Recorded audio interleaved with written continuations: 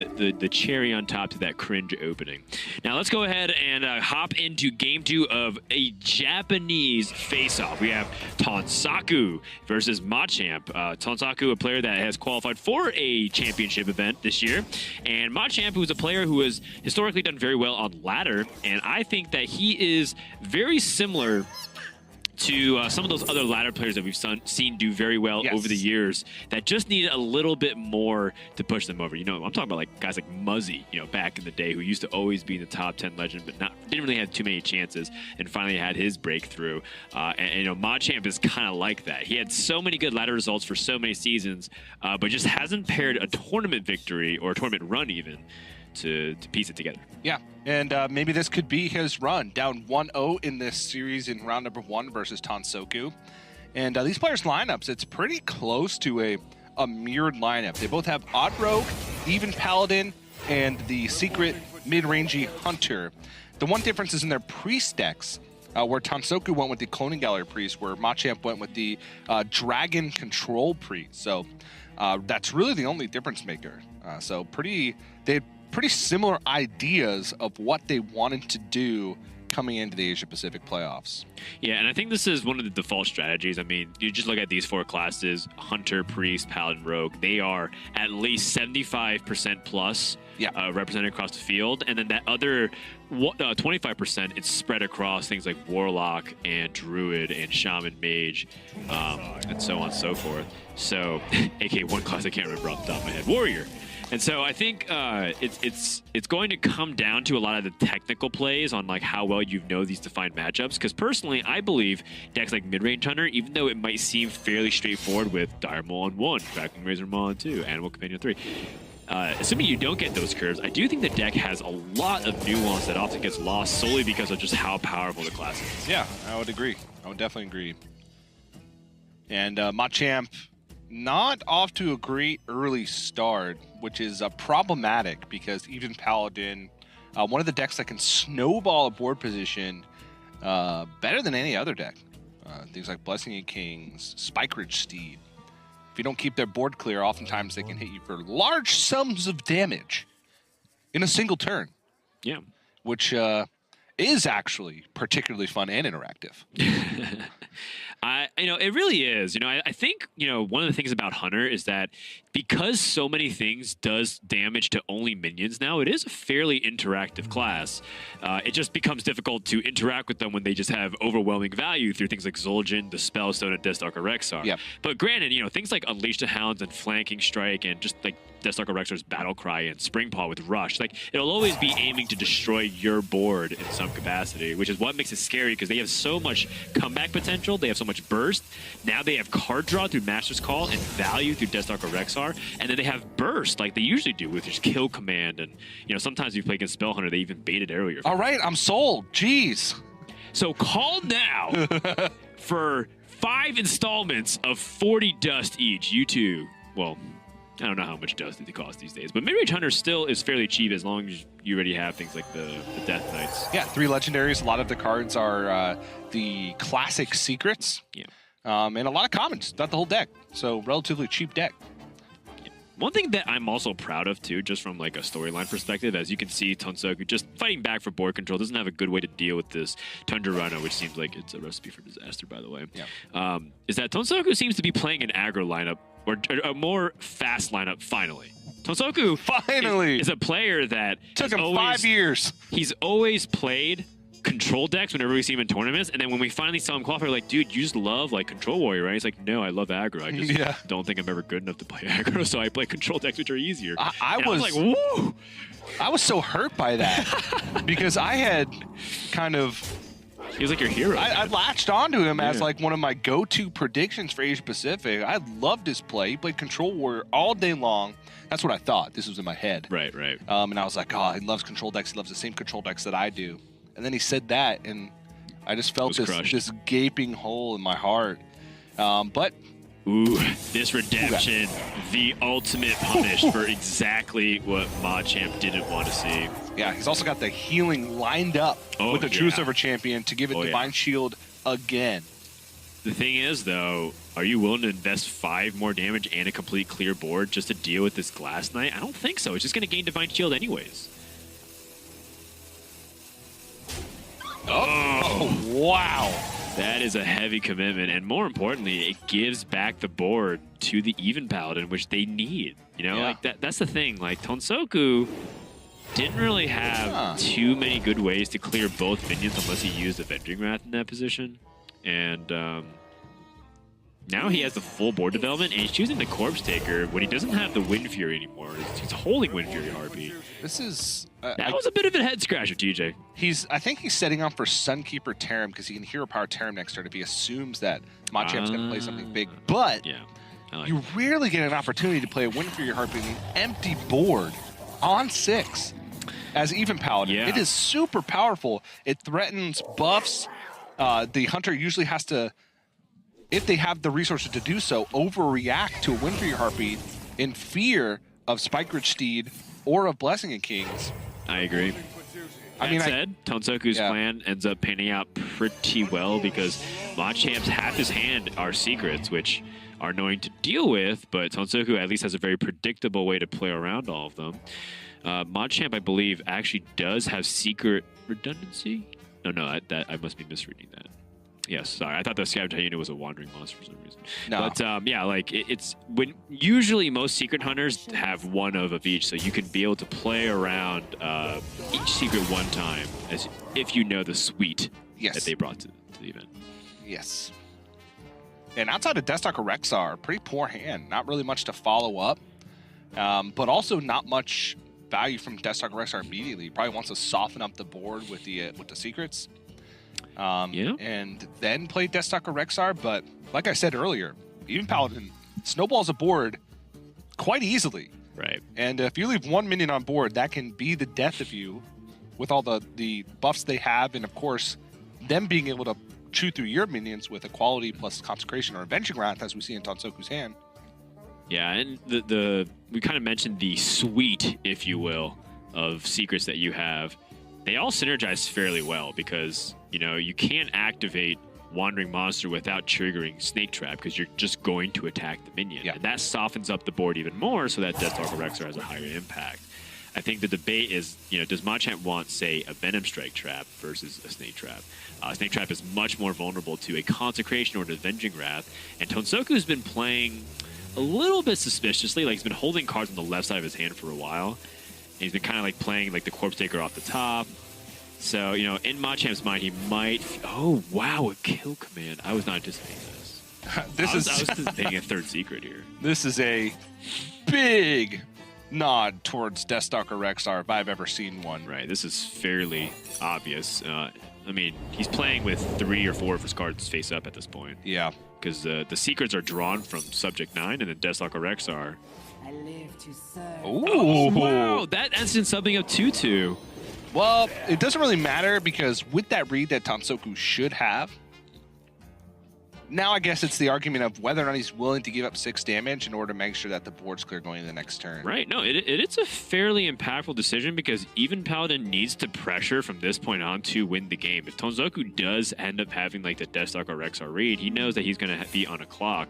So does he choose to give that 3 life or does he choose to pressure and force his opponent to have it? But here's the thing. If he doesn't trade into that 2-2, this Wind Fury Harpy gets blown up in the collision. Yeah, and I like these trades. He still pushes 3, but that 1-1's not too threatening because it's only when damage and it survives that it summons the 2-2. If you damage it when it's at 1 health, if you overkill it. That's kind of the one downside of Dire Frenzy, you know, because people compare it to Blessing of Kings. I'm like, well, you know, Dire Frenzy doesn't require, or sorry, Blessing of Kings doesn't require you to have any minion type or tribe. Yeah. Dire Frenzy only attaches to beasts. Had that been the case, then maybe this ghoul would have been pretty nutty. Yeah. Summon a bunch more that all summon 2-2s. That'd be pretty sick. But also, Blessing of Kings would be pretty sick if you summon more copies of that, and you had a 3-mana card that read, potentially summon one of those Blessing of Kings minions back to your hand. Ooh. Lich King picked up. Tansoku was a little light on threats. with his hand, he really wants to be proactive so he can follow it up with Avenging Wrath and Equality to try and push that extra damage to end the game. Yeah, that's right. Lich King hits the board. Anti-Magic Shell, really powerful card if you're able to cement that board lead. And Machamp doesn't have very good responses to it right now. Needs to build a beast. Something with Rush, with Poisonous, preferably both. I mean, Tansoku, ever since he got that early board because of that Glass Knight trade-in from Machamp, he's just been stacking his advantage very slowly, being able to get that good Terran, being able to get that Wind Fury Heartbeat down safely, and now this Lich King, it's getting out of control, TJ. And because Machamp doesn't have a way to deal with the Lich King, Tansoku also has a great way to deal with the Freezing Trap, which he made the hard read of last turn. That's why he didn't attack with the Wind Fury Heartbeat, because he knew that of the potential of that. And it's pretty likely to be that because he had narrowed down, because he knows Machamp only plays one of every secret, and he'd already seen Explosive Wandering Monster, then he was pretty confident that was the case. He didn't want to risk it getting frozen back in his hand. Yeah, I mean, King Luca is like pretty good stats, but pretty good doesn't cut it. Yeah, it also gives the bananas over to Tansoku, which allow him to make even better trades, because a lot of times he has extra minions on the board. Not the best situation for Machamp. Yeah, especially because, like you were saying, the anti-magic shell here is going to be super nutty. Well, anti-magic shell, he does need to make sure if he wants to play those bananas that he plays them first. Because anti-magic shell makes so you can't target your own minions as well. Yes. Is this 16 Does plus... he have lethal? No, because now he can't equality. It's 20 damage. Yeah. I was trying to see if but he could put the was it an order situation where if you attach bananas, he would get the damage to win? But. Well, I think it was just a mistake not to attach. Yeah, see, a mistake not to attach the bananas because he has 2 floating mana now. Would have just pushed 2 extra damage. Right. Yeah, he would have. He actually did have lethal. Well, there's 16. No. If you just banana, each banana counts as 2 damage because the Wind Fury Heartbeat. Oh yeah. So he has 22 right now, and he's supposed at 23. Well, he hasn't attacked yet. So it would have been 4 extra damage. Yeah, he would be. Oh, jeez. I was like, wait, hold on. Is this an order LUL moment? And it totally is. Yeah. That is a Tansoku. I am so disappointed. As soon as he played the anti-magic shell, I did the math in my head. I was like, that's not lethal. But he's attacking as if it's lethal. Oh, please punish him, Machamp. Something. Lifesteal Rush. He's dead. He's got a quality Avenging Wrath. He's got a True Silver Champion equip. He needs to clear the board and remove the weapon and heal. Okay, so Iron Beak Howl plus Rush. Plus Acidic Swamp Ooze. Does he have the Kraken Razor Mod? No, he played it from his hand. Yeah. Yeah, there's just no way. The secret that he has up is Snake Trap. He doesn't have any other secret. Tansoku knows it's Snake Trap. We got the Vicious Scale Hide. Did he? And then he could... Oh, he's 1 mana away from Dire Frenzying it. I think that might have would have saved him if he had the mana to do that. Wait. If he had the ability to Dire Frenzy, he would have gained that lifesteal as a 6 attack minion, and then he'd be able to clear off everything. Nope, he'll be exactly at 4. Yeah. No, he would have... He might have... I think he still would have died because... Yeah, because he would have to trade everything in. Never punished. That is it. And Machamp. Wait for that. I'm glad you guys got. You want to get jeez. All right. Well, let's go do Priest versus Rogue. This is an odd Rogue. This is a clone Priest. And Tansoku.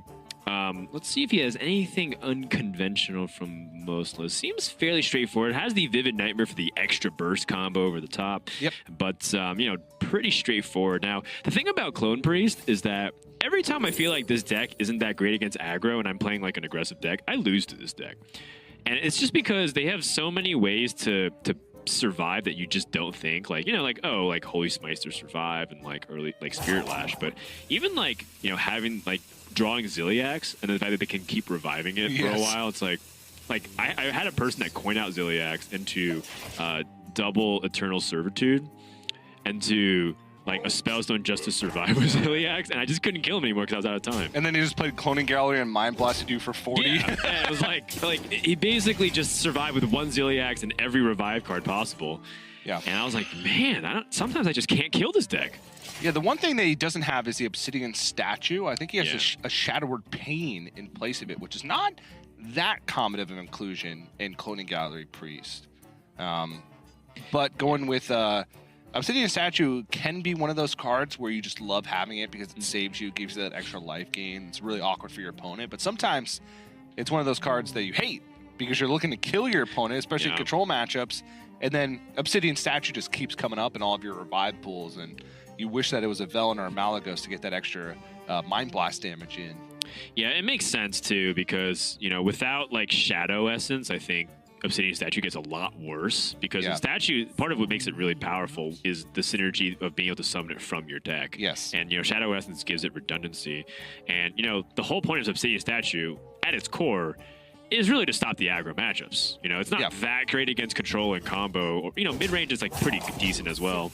Shadowward Pain just feels much better to remove those early game threats, like, you know, those really pesky early game hunter minions. That being said, you know, I don't think that Shadowward Pain is doing him very good right now, DJ. No, but Hench Clan Thug has reached Shadowward Death levels. That's true. So he's got all his bases covered, Dan, but still a decent amount of removal in the hand. Has Witchwood Grizzly to maybe buy some time, though Machamp does have Fungalmancer and Bilespine Slayer to try and push through big stuff. Yeah. The Radiant Elemental has opportunity for a pretty decent play here with Radiant Elemental, Spirit Lash, Coin, Shadowward Death. You gain 4 life. Shadowward Death removes 2 minions on the board, and because your opponent already has a Poison Dagger, it makes it a little bit less ideal for them to swing into it because they're missing 2 extra damage compared to just having a normal 2/2 Poison Dagger. Yeah, there's always the argument of how greedy should you be with Spirit Lash against aggro matchups. It's true. Because there's always the potential for huge life gain swing turns. Once you get to Velen, because you double dip on the healing and the damage. So oftentimes it's a Reno effect if there's just a few minions on the board. And there's almost always going to be use for it. Okay. So, and also yeah, he's going to go for it here. I guess just buying time with Psychic Scream in hand is valuable. But I do want to kind of keep that in the back of our minds. Would Spirit Lash...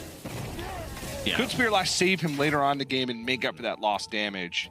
Something that I like to think about. But also limiting Fungalmancer. Yeah, that's the second reason why I really like it, to stop Fungalmancer from overwhelming him. But you're completely right, TJ. Spirit Lash might seem like a support card, but it oftentimes can be an MVP card. Yeah. So save you a lot of situations. You have to be very judicious with how you utilize that card. Ooh. I love when you bring out the linguistic stand. Yeah. Hit me with some more of that adult language. Yeah. Well, so whenever I say that word, I start just thinking about the Fergie song where it just starts using any word that ends with vicious. It's like, because my fledglings are vicious.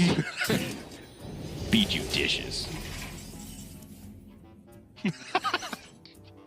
I know in the back room right now, Admirable's he's crafting a parody. He's actually running down a parody. It's like, wow, that's a great idea. He's beatboxing to himself, and he's sitting a little bit too close to Sottle. The one thing while spitting on him from beatboxing excessively. The one thing that we're missing in HCT broadcast is a camera that follows Admirable around.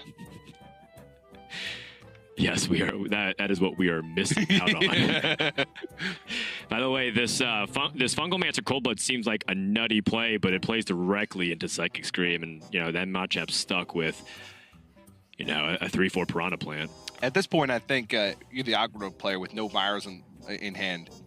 You have to play, assuming that 1, he doesn't have Psychic Scream, or 2, Myers is your next card in your deck. Yes. You don't really have an option to, I'm going to sit on these resources a little bit. I'll have another chance to push a bunch of damage later on in the game. You won't. That's right. Because that chance is fictitious. But this play looks delicious.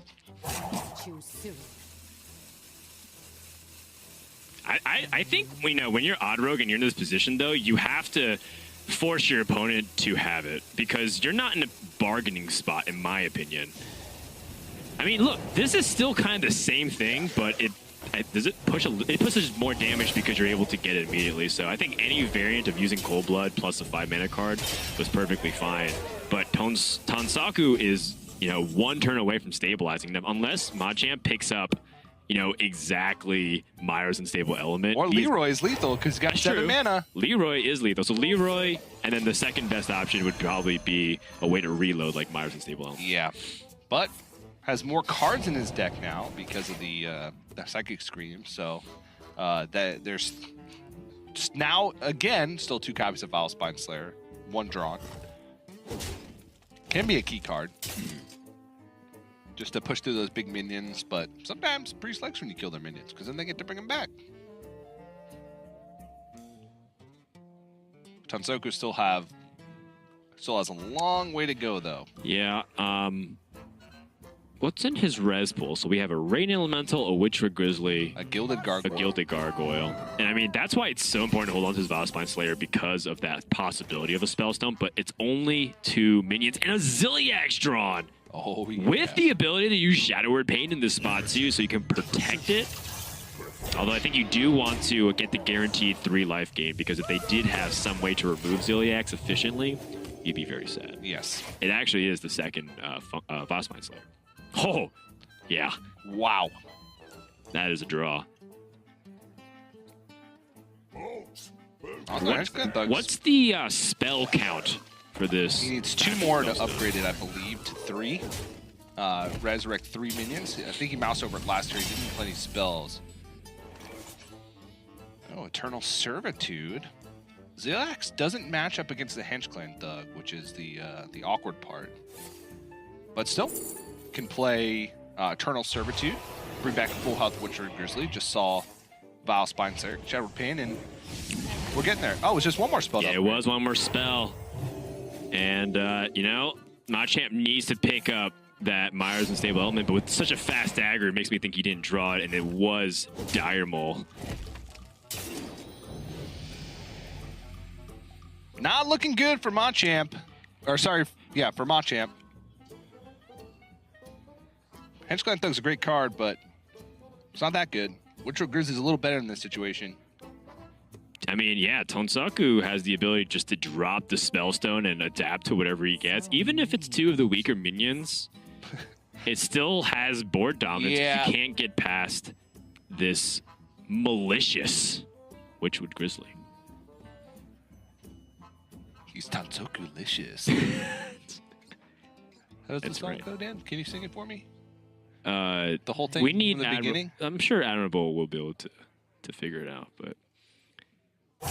Choose soon. Ooh, the Lich Whoa! King as well. I mean, that's just more fuel to the fire. I mean, Doesn't even need it at this point. Yeah, the Spellstone reviving 3 minions is really good, and the fact that it's Witchwood Grizzly again is devastating. He did have that Zilliax possibility as well. But to overcome a board of this size, it would be very ambitious. Do you have, like, an encyclopedia in front of you? I couldn't even think of 1 word that ends Look, issues. I went to pre-SAT class, okay? I want to make my parents' investment kind of worth it at least. Because clearly everything else didn't work out. Coming up between these two. There you get a look at the decks and what's been banned away. Mechathune Warlock been banned away from Ryvius. Meanwhile, the Odd Rogue from Tom has been banned away. And Saddle, I know you were talking a lot about how you expect aggro to be good this weekend, and I think Ryvius's lineup is, you know, one of those reasons why you expected that. Down on the other side, I think Odd Rogue has become the poster child for the aggro strategy. We've said the words Odd Rogue a lot over the past 2 weeks, where we've meant just like generic play minion aggro strategies. But there's a reason it's the poster child, and that's because it's perhaps the most powerful option for doing that kind of thing. Yep, and first game that we're going to be having here, Togwaggle Druid versus Tom's Even Warlock. That's going to be coming up here with Ryvius going to be on Togwaggle Druid. And this is a deck that, you know, towards the Raskon's Rumble being released, a deck that I played a ton leading up to that because I ended up hanging out on BlizzCon weekend with Rage, and we just jammed combo decks the entire time. And Togwaggle was the one that we had of particular interest. But I'm quite surprised to be seeing it over the Mechathune Druid and, you know, the power that deck yields. do you have a take on this right now? Because I feel like this is a deck that's been almost extinct as far as the metagame's concerned. Yeah, I mean, my take is that I pretty much agree with what you just said. I think Mechathune Druid is something that you'd expect to see a little bit more of, especially even Ryvius has history, I believe, of bringing Mechathune Druid to a tournament. When I picked him, it was because I thought he had this genius lineup where he'd just kind of thrown in these Mechathunes into a couple of his decks to really give him consistency and insurance against a couple of the counter strategies that he could come up against. So seeing him divert from that and stick Mechathune in just his Warlock, whereas switching to the Togwaggle with the Druid is equally surprising to me. Yeah, I'm looking at Ryvius and his past successes. You know, we're looking at he was 3rd in points for the regional points race this year. Had a top 12 back in the Fall Championship and was 2nd place at the tour stop in Bangkok and top 8 at the tour stop that happened in Tokyo. And you mentioned it, the playoffs where he brought the Mechathune lineup. Yep. That's just what we had to call it because that's what it was. And that's how he qualified for a championship. He's facing off against Even Warlock right now. And, you know, Tom is in one of those positions where this is the spot where as Druid, you either hate to be or you love to be because you either have the answer to the big minion or you don't have the answer to the big minion. And I have found often if Ryvius is going to have that answer in this spot, it's looking pretty good for him. I can definitely see that, yeah. There are a few threats to follow that up from Tom, and I think he's just considering sequencing of said threats, like whether he can be cheeky and try and get out a Naturalize on a smaller minion than the Mountain Giant. Also the consideration of whether to tap Giant here or not, based on the consideration of Naturalize, then overdrawing you cards. And some multiple options for our still reigning world champion in tom60229. Yeah, and honestly, this is a really important turn because of that.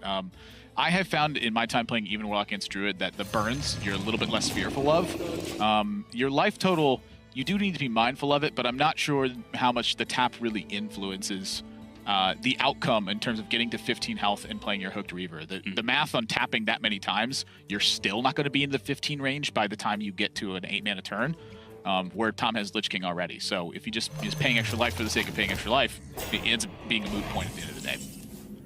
Ryvius just playing his curve here, dropping Ironwood Golem just to prevent the 8 damage, does not want to throw out his own Naturalize. He wants to, A, be as greedy of those as possible so he can use them in more desperate situations later, or B, use them actually as part of his own win condition when it comes down to that Togwaggle deck swap, because using Naturalize, you can make your opponent overdraw fatigue cards and just use that to burst damage when you swap decks at the end of the game. Yeah, a very common thing that used to happen in this matchup as well was that Even Warlock had different tech for various reasons. You know, Mossy Harbor or a Shadow Flame were quite necessary in the deck for the ability to actually push through Spreading Plague. Sure. And at times even Giggling Inventor back before it was changed to 7 mana. And that's no longer the case. Tom does have a copy of Nerubian Unraveler as his one flexible option in Even Warlock.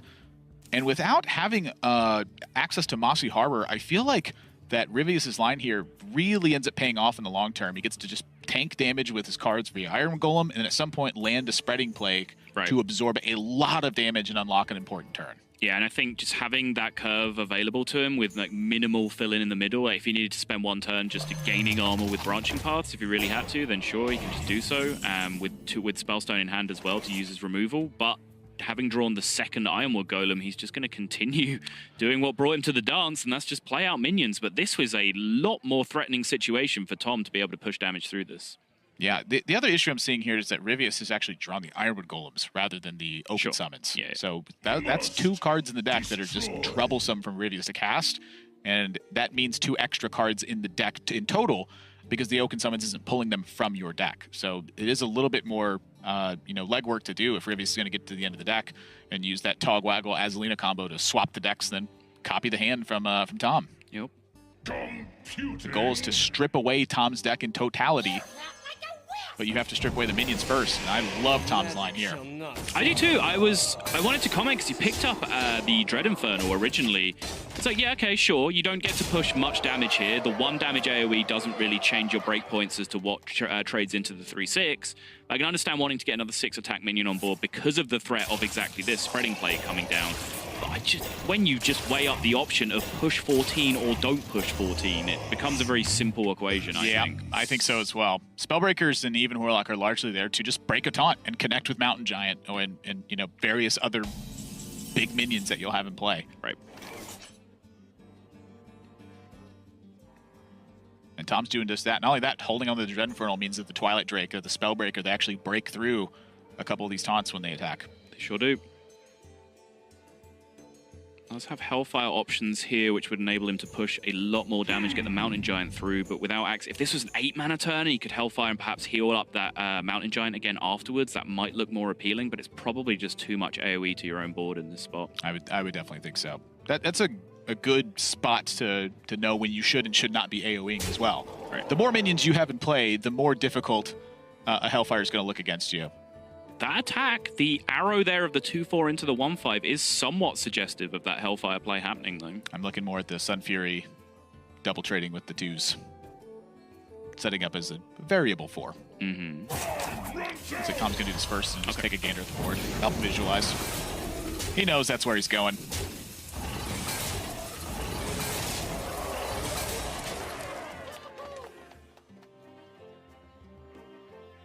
Oh, it's been a while, I feel like, since I've seen that card.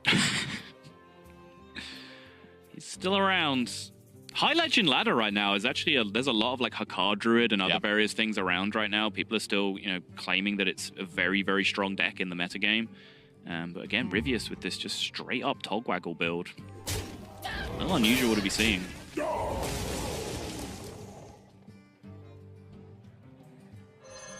The circle of life is over. Spellstone upgrades from the Malfurion. Takes out a Dread Infernal.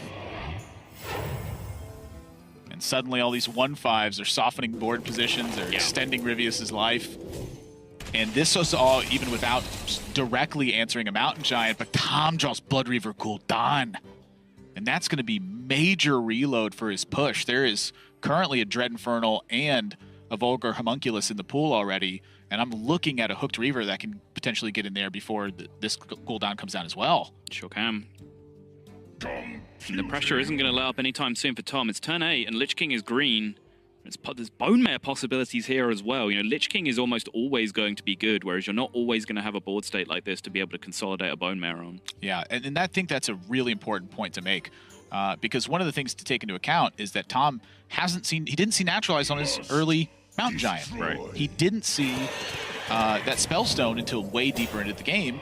And Lich King, once you get Blood Reaver Gul'dan down, is your one opportunity to keep generating cards in the meantime. I love the Bone Mare here. I think it just creates an overall stronger board position. And then you get to follow up how you'd like into Blood Reaver Gul'dan into Lich King. It's, long turns of setup that, the variables can change. But Lich King is often, it's better as your final threat than it is, I think, as your first one. First draw of the branching does pick up the Spellstone. So the armor now can give Ryvius some removal options.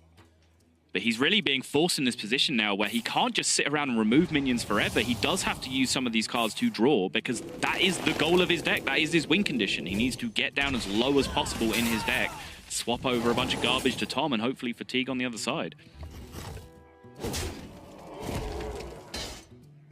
And Ryvius, the fact that he has not used the Naturalizes by this point tells me he's very interested in an empty deck swap into Absolutely, Naturalize for the burn damage. When your opponent has no deck and you can double Naturalize, from their turns draw as well, they end up taking 15 total points of fatigue damage.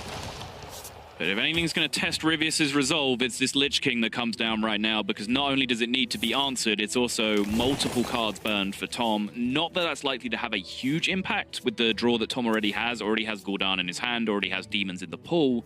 But yeah, that boy's just got to go. You can't just let that Lich King hanging around on board. Also has yet to see Togwaggle or Azalina. The longer it sticks around, the more a threat of a Death Grip disrupting the combo becomes a real thing. Well, rip the tech card. Didn't need it anyway. Game did you a favor, Tom. Stops him from playing Ultimate Infestation, though. It sure does. That's a great point. Another card I feel like I haven't seen in quite a while. Ryvius probably thinking exactly the same thing. All the minions that cost 4 or less have been pulled away from Ryvius' deck in the natural draw. Those 2 Oaken summons are straight up gain 6 armor. There's a spicy play coming out from Tom. Deals 3 damage to his own Twilight Drake just for the luxury of being able to play a 7/7 this turn. Does not want to slow down one bit. Back this up with the huge Blood Reaver turn after this. But from Ryvius' side, like every time I watch Druid now, it just feels so fair. And you don't want a deck that feels fair.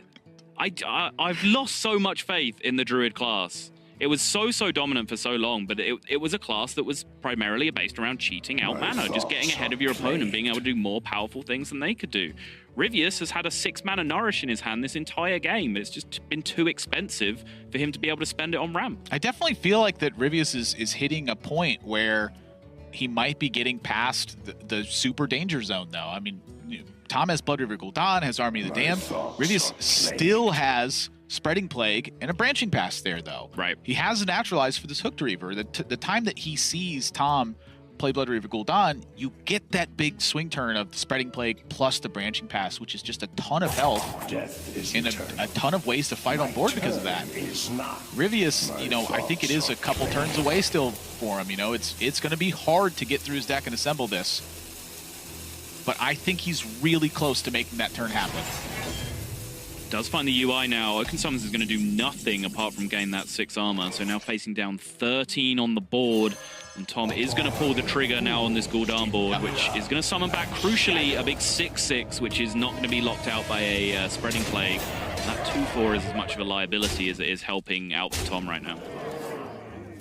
Ryvius choosing to use the Oaken Summons over the Naturalize too. This is also a deck where your hand size matters, and you need to, you know, use as much of your stuff as you can. Yeah.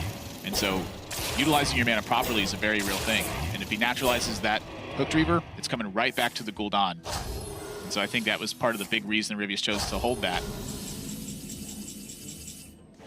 Plus attack on the Scarab Beetles here means that just Hellfire is only 1 away from doing the job. And Defile Hellfire, in fact, is going to be able to push everything through. Yep, it's going to do the job. Ryvius just needed far too many turns there. We mentioned he hadn't drawn his Azalina or his Tog yet, so we just saw Azalina come into play, but that's the turn he died. After that, he needed to find a turn to play Florist at some point without dying when he was out of Spreading Plagues. He then needed to have a turn where he gets the deck swap done without dying. Like, for me... Be on his even Paladin taking on Ryvius with the Quest Rogue. The Quest Rogue. The Quest Rogue. You should actually just get a job as Epic voiceover guy. I think you'd do very well. Thank you. No? You gonna keep casting Hearthstone? All right, fair enough. It's kind of like Epic voiceover guy. I guess. It's just a very long voiceover. Yeah.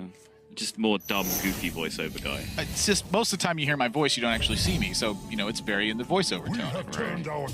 But Quest Rogue coming back with a vengeance into the metagame. We saw it actually be quite successful last week. Which seems weird to say, because the games we saw on stream of it did not seem to perform very well. But the fact remains, the ratio of players that brought the deck to who made it into the later stages, the top of the Swiss records and the top 8, it was very disproportionate to suggest that Quest Rogue was a good bring. So personally, not a deck I have played for a while, although there have been periods of time where I've been absolutely obsessed with Quest Rogue. But looking forward to this, because I think this is just a slow enough, mid-rangey enough deck where Quest Rogue might be able to get some work done. Well, as soon as you say that, I see the second Corpse Taker drawn for Tom. Shush. Look, just don't talk about it, all right? just close your eyes. He's gonna call me out right away.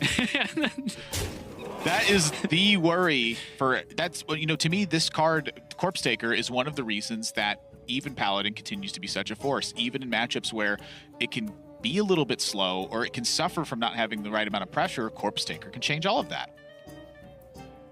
I like that you used the word even like 3 different times with 3 different meanings. It's just it's the right word for the most of those spots. Yeah. What? How else could I say that? No, I like it. It was very genuine. I liked it. Thought exercise. Even when a situation is occurring. What else could I say there? Many things, such as this Lab Recruiter shuffling many copies of this South Sea deck hand into hand. You really don't want to talk about it after that comment you made. Bailing out of that conversation. Kangor drawn, so no lifesteal. That is not the important facet. It is that whimsical little spiral of Aether around it. That means Wind Fury, attack twice. Yes, indeed. Ryvius does have Vanish here, but one of the great signals of losing a game as Quest Rogue is that you're being forced to vanish in a situation that makes no progress for you towards Quest. You'll more often be looking for like turn 7 play a 1-drop that you're questing on and vanish, or play a bunch of minions, prep vanish, and then play them again. Ryvius does have those kind of possibilities available to him, but with the deck hand played and then shuffled in off the Lab Recruiter, He now has no real further progress on quest available in hand, but I think that play of Deckhand plus Lab Recruiter was much more about board presence and shuffling useful removal minions in South Sea Deckhands into his deck more than it was quest completion. And this is kind of where I expected Ryvius to go, is with this Wax Elemental and the Zola. And, you know, looking at the Vanish in hand, this makes a lot of sense. Quest Rogue, to me, really changed in my head in its effectiveness when I was taught to play the deck as a weak board control deck. You fight for board control as long as you can. Yes. And somewhere along the way, you figure out how to complete your quest. That's exactly what Ryvius is doing right now, and I think it's what he's got to do in order to win this game. And Tom, I think, very smartly recognizes that Vanish is on the horizon and takes out the Zola here. Yeah. Coin, Vanish, not even prep would be necessary here for Ryvius, but I love that description of Quest Rogue. I've described it to people in a very similar way. It's that you earn the right to do incredibly broken things later on by having to scrap by with very weak things early on. You just have to do the best of a bad job. And Ryvius is just going to sit back and tank an enormous amount of damage here. But I've made the point early on. The sign of a game you are losing is when you are forced to Vanish as Quest Rogue. Yeah. You know what another sign of a game you're losing is, Admirable? When you're at 4 on turn 6. That's it. Ryvius, I think, makes the right call here, though. It is a dangerous one. It is one that you don't want to make. It's one you don't want to ever have to make. Right. But it's one you're going to have to make at some point. And Ryvius here goes with the double Vicious Scale Hide and the Prep Vanish afterwards just to try to get something rolling. It's just the way the deck works. If it gets pressured, it's in trouble. Crucially, the coin into prep, into vanish sequencing. We've all done it. Don't pretend you haven't. Guy in Twitch chat, I know you have. Yeah, me. But Tom, right, I mean, Tom really doesn't have huge decisions to make in this point. It's just reload a big threatening board and hope there is not a further answer. But a further answer there is, because Sonya comes off the top to potentially give Ryvius some game, but I still don't think it's enough to stop this. Is it?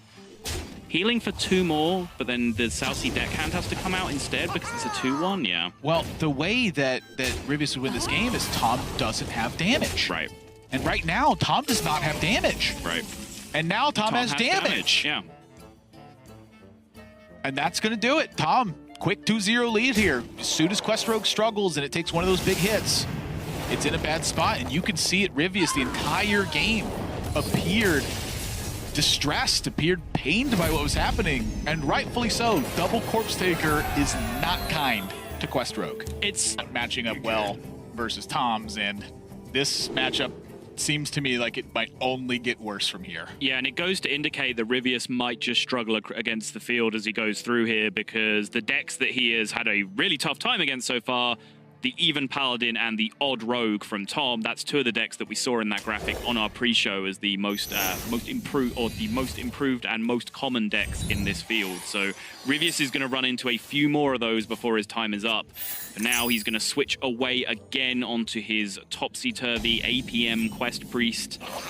Diamol on 1, Razormaw on 2, Animal Companion on 3 from tom60229. I want to talk a bit about building a lineup and what it means, because I think that for Ryvius, it's quite rare you get to see a player have exactly hit the style that he has, where it's that constant willingness to take risks in tournaments. And I want to talk about, what it means to win a tournament and the difference between consistent play and trying to win the whole event. It feels like to me that at every step, Ryvius has tried to win the whole event. I want to talk about Tom being smart and playing that Hyena on 2, because I will admit my brain totally autopiloted just the default curve, but that Hyena on 2, no real answer available in Ryvius's deck, and he now gets to double dip on the Razormaw looking for plus attack and Wind Fury, and that is such a bad roll for him to get basically no offensive power out of those 2 options. Let me be clear, his start is insane. He has drawn the Ubernuts. Okay, I just wanted to make sure that we're in agreement. Yeah. His draw... Does he need any more? His draw is the Stone Cold Cashews, but those Razormaws were disappointing. You feel like when the game's handing you everything that it's just going to keep going and you're just going to nail plus attack Wind Fury off the 2 Razormaws, This isn't Wind Fury. Disappointed!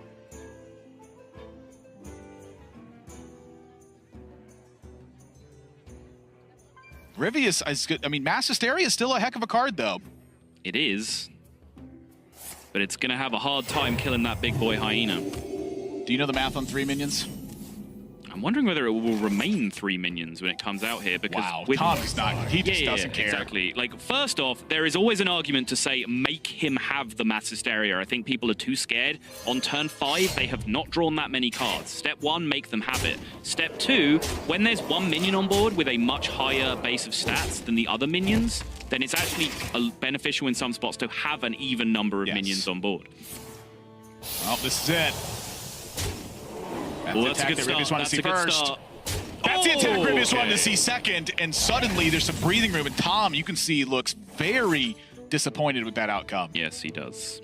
And now faced with some pretty ridiculous decisions to have to make. You know, when Tom had made the board the way he did, I was eyeing the Timberwolf. And one of the reasons I was eyeing the Timberwolf was A, it pushed more damage immediately in case Mass Hysteria happened. Right. But B, in the event that Mass Hysteria happens, I think it might increase the benefit he gets from it. Question mark? Now, the 5 minions on the problem board? with it Run is the numbers? once you get to like the 4 minion and 5 Exactly. minions, you start ending up with so many iterations of Mass Hysteria outcomes that it is almost nonsensical to try and calculate it. And the idea that you could have memorized that many different Hearthstone scenarios is also nonsensical. You can't. But I think one of the reasons that Tom was willing to hold on to it was because he had a significant follow-up afterwards. He had Savannah Highmane down the road, and that's really, you know, the final push point from Tom. If this Savannah Highmane sticks, which it often does versus Ryvius, we're looking at Psychic Scream, Mass Hysteria, no other way to eliminate big minions in the deck. That's a win condition. It is, but Ryvius now, with the Twilight's Call draw, does give him a brief window of finding the Death Rattle completion that at least will get him the Amara to stabilize his time for the time being. He was upset with the outcome of the Twilight's Call there, now picking up Loot Hoarders. Right. Could have fought for the board a little better in the early game.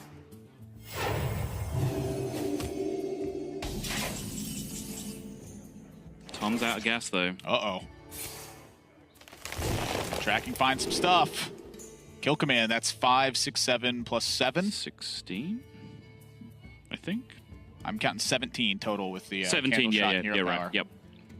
So he can't push through the Amara. Nope. So he's got to find a way to actually deal with this, and I think that that's really the hesitation here. I think it's Master's call if you anticipate Ryvius getting Amara next turn, which, since you just do 2 more Death Rattles from his deck, you probably do. Yeah, I agree. It looks like a Master's Call to me. I feel like in a world where your opponent is not playing his Amara next turn, you are winning regardless of what card you take here. Tom is going to go all in with the kill command, though. So it makes some sense to me. Ryvius does need to have a 2-mana Death Rattle and a 1-mana Death Rattle, which he does have, but Tom's got Deathstalker Rexar to refuel. I think is the thought from Tom. And when he sees this Amara come down, the game plans Deathstalker Rexar after that. That's fair. You are safe now. Ryvius might have found a way to get out of this situation. Or maybe, actually, his kill command was a reservation for Amara, because this now allows him to go kill command, flanking strike on the Amara, and just preserve his entire board state. That's a very true story as well. You know, the deck list that Tom has brought here, this isn't the Secret Package Hunter, it's the Tundra Rhino Savannah Highmane, and it's a lone copy of Savannah Highmane. I think there is a lot of merit to just pushing through the Amara here and continuing to keep the heat on Ryvius, because his hand is backed up by the Deathstalker Rexar and the Flanking Strike afterwards. He doesn't really run out of gas in this situation, so he is free to just burn it away. Interesting. So that's what's going to happen. Leaving this test subject alive, which is probably going to happen, does open up some dirty options for the opponent, and Tom actually does go ahead and respect that. You know, leaving the test subject alive lets Ryvius do some kind of silly things with recycling cards in hand. That Power Word Shield #1 on that list. in terms of fighting his way through his deck. And I think you just saw a little bit of body language there from Ryvius, where he feels like that turn was the turn where he finally turned the corner. Yeah, and I think it is as well. I mean, he just has so much time afterwards with Ziliax still in hand, with the Power Shield. Yeah. Pick up Vivid Nightmare. You know, we're missing not too much to get this job done at this point. And a lot of time to find those cards, and only 11 cards left in deck. Ryvius is playing, of course, the Topsy-Turvy deck, which basically chains together a lot of spells, loads them up to test subjects so that you can keep cycling through them, and makes a virtually infinite attack Stone Tusk 4 to kill the opponent.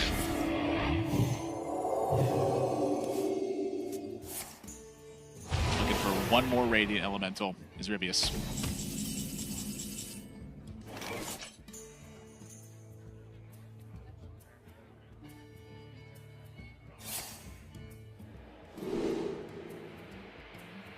Yikes.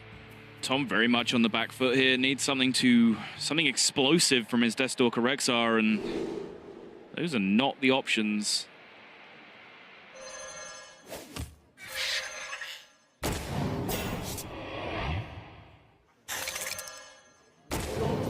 Picks a relatively low-cost beast here, so we can tempo out 2 minions in one turn. Just picturing the stealth hungry crab and like a Murloc walking by. It's like... That's how it naturally hunts in the wild anyway. But Ryvius now just going to keep on making some progression. Seance found as well. And now the Topsy-Turvy. Yep. That's the full deck. Oh, look at this too. Forces the attack from Ziliax. And what, you know, Ryvius is hoping for there is that either the 2 beasts on the opposite side clear it off. Right. Is he supposed to Mass Hysteria first? Yes, he definitely is. Yeah. Gets a lot of health out of that. Yeah. Sounds right. All the formality, though, like, that was the turn that you quite often see from a combo deck, where it's like, I intend to kill you next turn, therefore I'm just going to do all of the defensive things I can do this turn. Like, hand space, too. Yeah, hand space and anything that takes any amount of damage off the board is good for me. Ryvius is set up to rip next turn. Job done. User error is what will prevent this spot. And Ryvius, not really a user error kind of player in these spots. You wouldn't have thought so. It can happen, but it shouldn't. As the stage we've hit now, this deck has been around for a long time. The vanilla route of just getting 1 Stone Tusk Boar or 2 Stone Tusk Boars to connect with face is actually very easy after a few months of repetition. Easier than it was for me to say that sentence, apparently. Yeah, they don't make sentence simulators.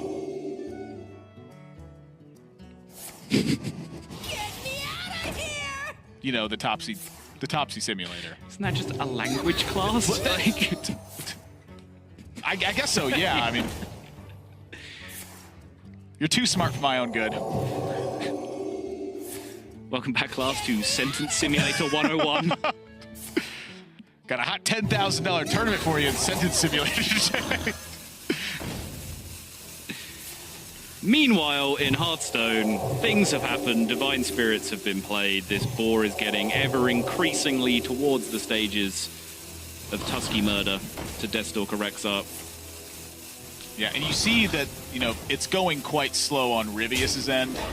It's going, or on the spectator end at least, it's going quite fast on Ryvius's end where the animations are concerned. It takes the spectator client a long time to catch up with exactly how many actions that he's taken this turn. Yeah. And that's why it's called APM Priest, actions per minute. You can see a long time ago, Ryvius took his hands away. He psyched himself up a bit, gave himself a little slap in the face, just trying to get himself back into the mindset of this series.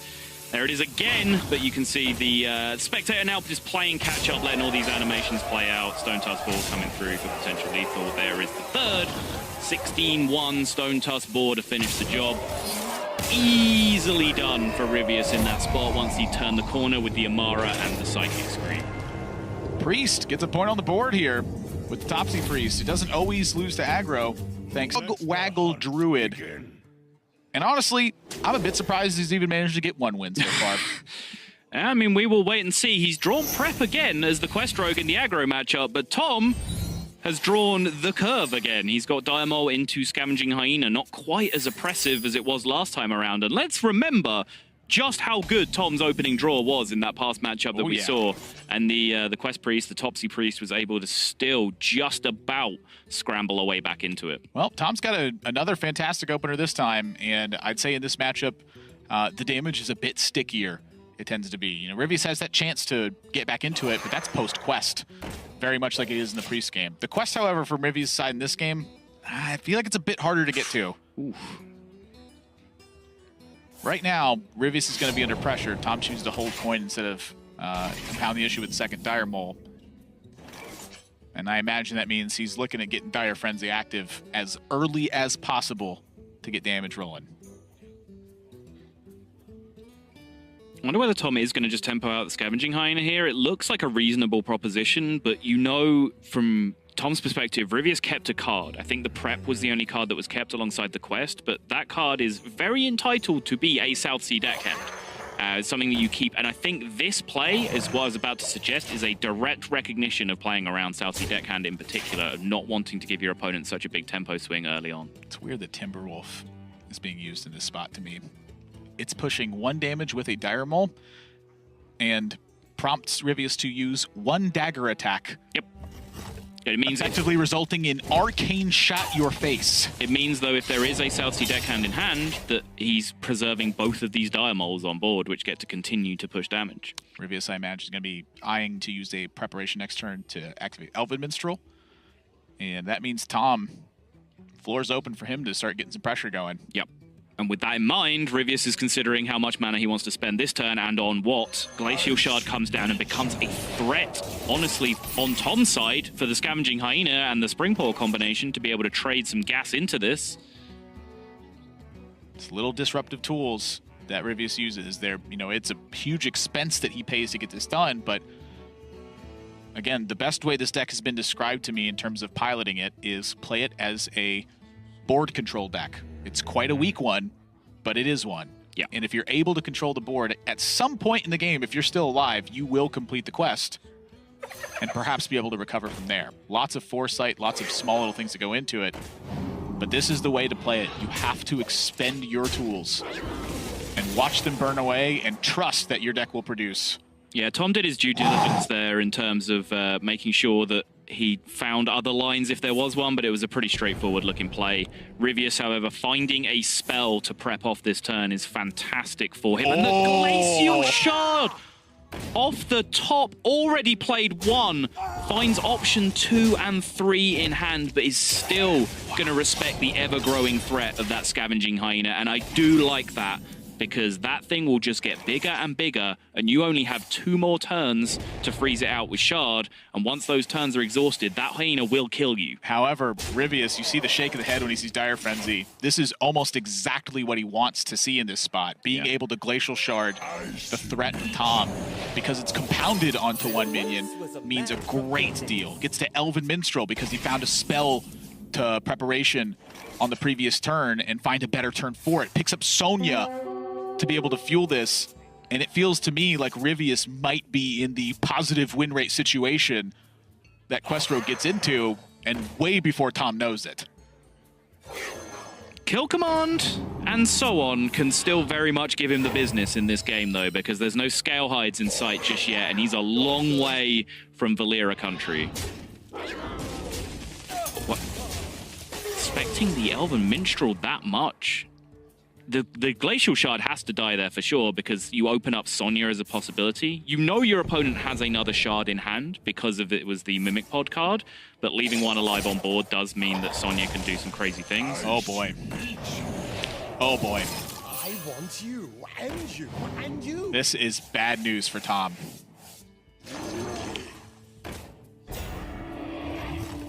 I think he needs Wind Fury right now, based on his current hand, just to stop that Glacial Shard being Blanking recycled. Strike. Yeah, just based on his hand, I think he can still do it with just the Wind Fury. Hunter's Right? Mark does not. No.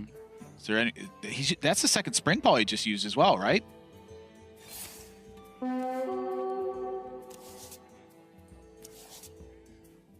Finds the Tundra, I know, but that's not going to do it. It has to be Wind Fury, Wow. or Sonya is going to make a mess of this on the following turn. Wind There Fury. it is.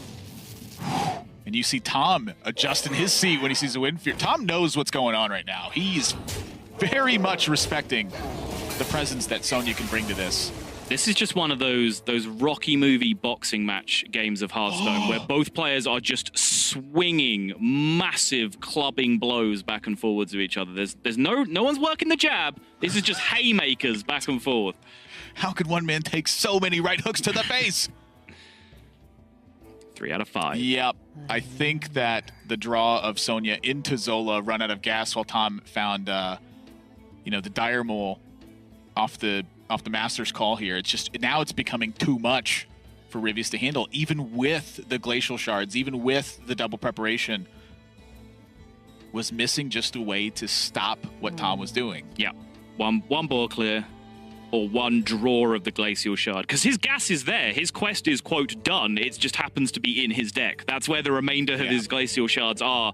And that's what made that Wind Fury so huge. I've been talking about it for, I think, 2 or 3 turns now, that Sonya is a special case. There are things that you can do against Quest Rogue that only play around Sonya, especially when that other Glacial Shard was in hand, and Ryvius says, you know what, enough talk, 0-sum game from here, or 0-win game, I should say. I'm going to give it up.